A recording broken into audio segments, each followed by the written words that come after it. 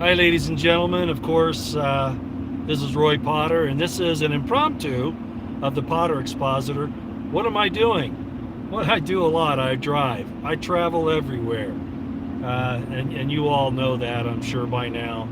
Uh, any rate, it is the 16th of February, 2019. It's in the evening, of course.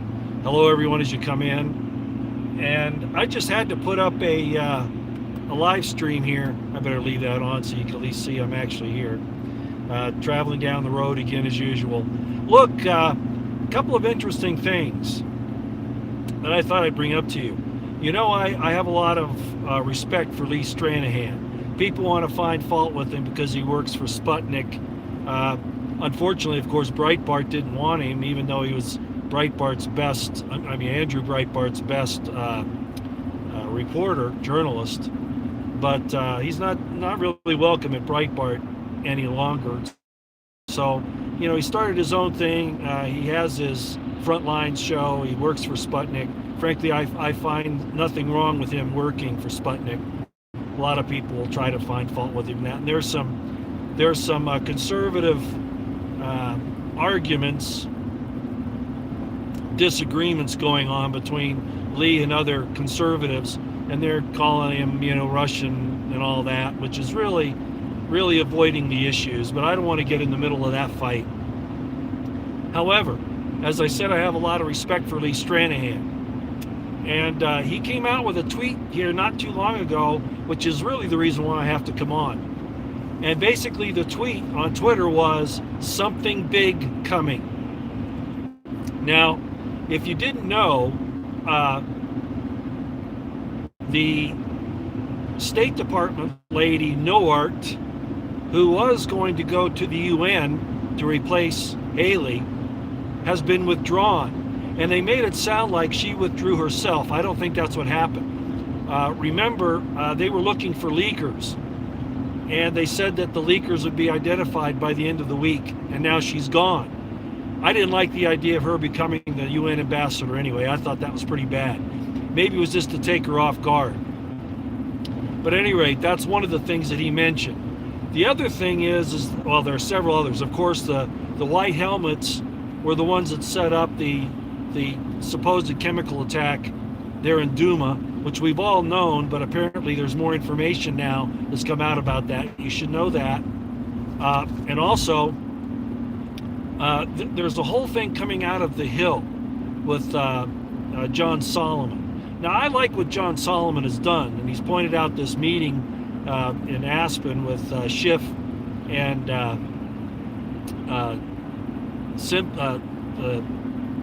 forget his name right now, Glenn Simpson, those guys.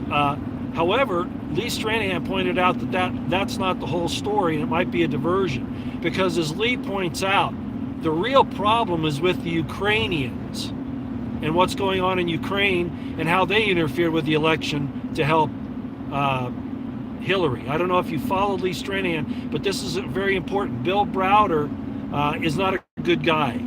And apparently Fox and other people associated with Fox and other media give Browder a lot of credit when he's not even a citizen of the U.S. He renounced his citizenship, and he really was involved in the looting of Russia. But at any rate, this thing with Solomon, I'm not saying that Solomon's a bad guy, but Lee's saying that Solomon is going to be outed as actually trying to change the subject matter. Again, I don't really want to get in the middle of that, but I do know that Lee's point on the Ukrainian situation is extremely important in their ties to the Clinton people and the DNC, etc. So apparently some more of this stuff is getting ready to come out. Also, he wanted to point out this connection with all these people with the Genie Energy Company, which is getting started there in Israel, actually in the Golan Heights. All of this is going to be tied together apparently really quickly now. Something big coming. I think maybe not just the realization that we have traitors and coup plotters and seditionists in the upper levels of the DOJ and the FBI, and I will maintain also throughout those organizations, not just at the top, but those lackeys who wanted to have the accolades of these criminals, thinking they were going to go somewhere. But at any rate, all of these people have these tie-ins with this genie energy. And if you look it up, you'll notice who's involved in this thing, who's on the board of directors. Really, really nasty stuff. So all of that thrown together, I think Lee knows that possibly something big is going to break here on all of this. Now, along with that, and this is another reason why I had to come on, I got a message on Twitter on my DM earlier tonight. I want you to know that I am not a fan of the hopium people, whomever they are, okay? Whomever they are, I'm not in favor of them. I dealt with them, last year, and I really don't want to deal with them anymore. Well, the year before last. And I'm not going to name any names, but a lot of their information is extreme speculation based on not really incorrect or nefarious information, but they take it to the next level and make a lot of assumptions. So I'm not going to say who they are, okay? But I did get a message from somebody tonight where they brought up an article that was written, including what these few people are saying. These I call them threateteers on Twitter that are giving all this information. And anyway, this lady that gave me this brought up this thing with President Trump's personal security guy. Do you remember him? Schiller? Well, if you remember, Schiller supposedly left the Trump administration under the idea that he couldn't afford to work there anymore because he wasn't getting paid enough. He was going through a divorce because he was working for Donald Trump so much, constantly on the road, all those types of things. Well, he went to Boca Raton, Florida, and set up a security company there. And he also has a gig, he has a contract to help the RNC do their security. But guess what? He never answers his phone. There's nobody in the office. No contracts filed. So what this person said to me, they were quoting this article that these threateteers had put out, saying that it might be that Schiller's part of an undercover Praetorian Guard for Trump, and that they are doing a lot of this investigation. I'm just tossing that out there because at first I poo-pooed it because I didn't see anything in the battlefield that might show me that. But the fact of the matter is, there might be some there. And don't talk and drive. Oh, come on. Don't be silly. So, how would that work? Well, if they're doing investigations for Trump, I don't know if he could have gotten them deputized under the U.S. Marshals or what. I don't know what could happen there. I don't know how that would work, or even if that's necessary. But if they have information along with Judicial Watch and those types of people, Tom Fitton, and they give this information over to Bill Barr, like I said the other night, there's so much evidence that Bill Barr cannot possibly hide this under the rug. Well, with Schiller and those people out there pushing this, they've got FBI. Schiller has FBI on his teams, former FBI, former Secret Service, former New York PD. The guy has contacts. Could it be that Schiller has been doing a lot of work behind the scenes? So I just wanted to leave that with you tonight. I'm very upset with Trump with a lot of things he does, but by the same token, I know that he's really, really been outnumbered and been played by the deep state. And there, he have an Eric Holder, right? Or any of those other people, a Lynch, a Valerie Jarrett. He's had nobody like that. Schiller was probably his closest confidant and friend, somebody he could trust. So what am I saying? Trump might weaknesses, and he's just doing the best he can. A flailing man, he's drowning. I don't want to say he's weak. I'm not saying that, but he's been played.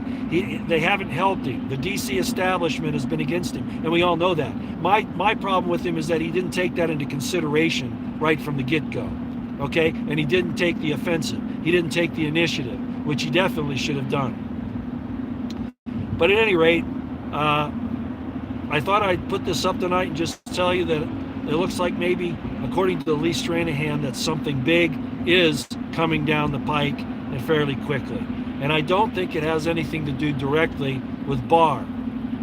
They'll use Barr, I think, but I think it's these other things that have been going on, especially the revelation about the Ukraine connection with the Clintons, not with Putin, and also this thing with Schiller. I think that there might be a tie-in in all of this, and I just wanted to get that out to you all tonight.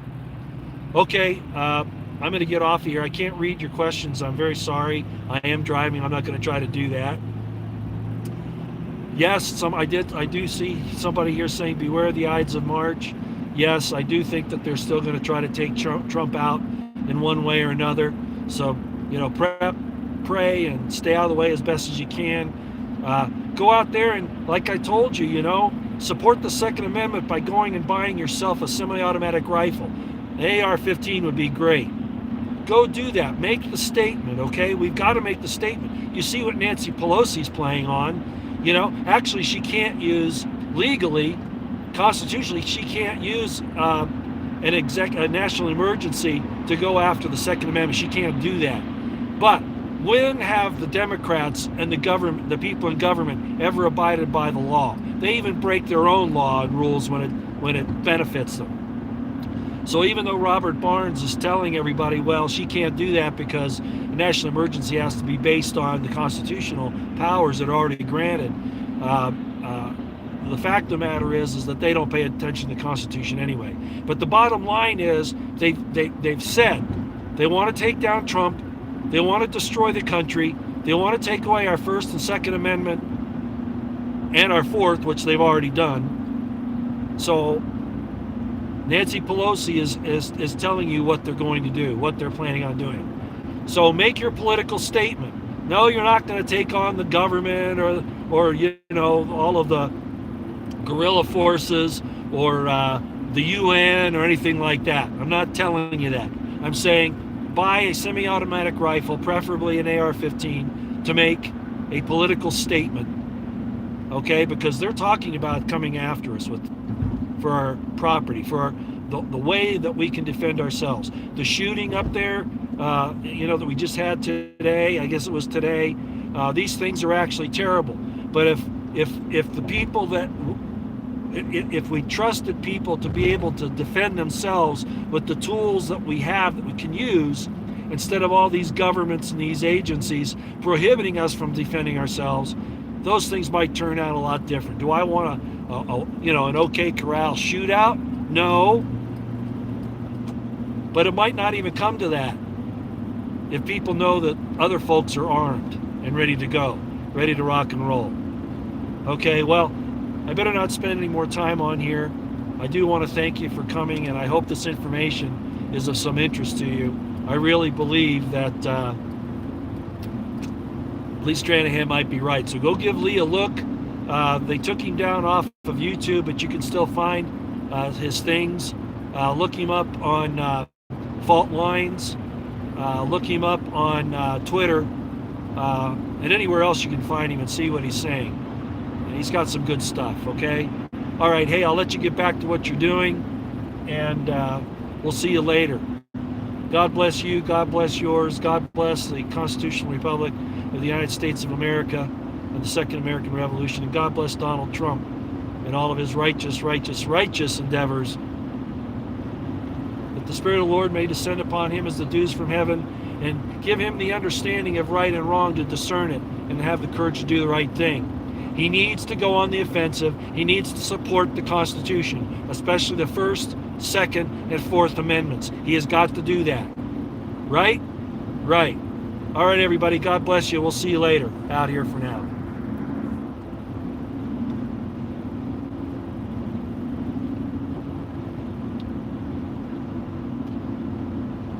Okay, hold on. I saw something here. Someone said America's dead. Yeah, it is. It is, because we've been taken over and we've allowed it to happen. But we can't just lay down and die. All right? Can't do that. All right, now I'll go out here.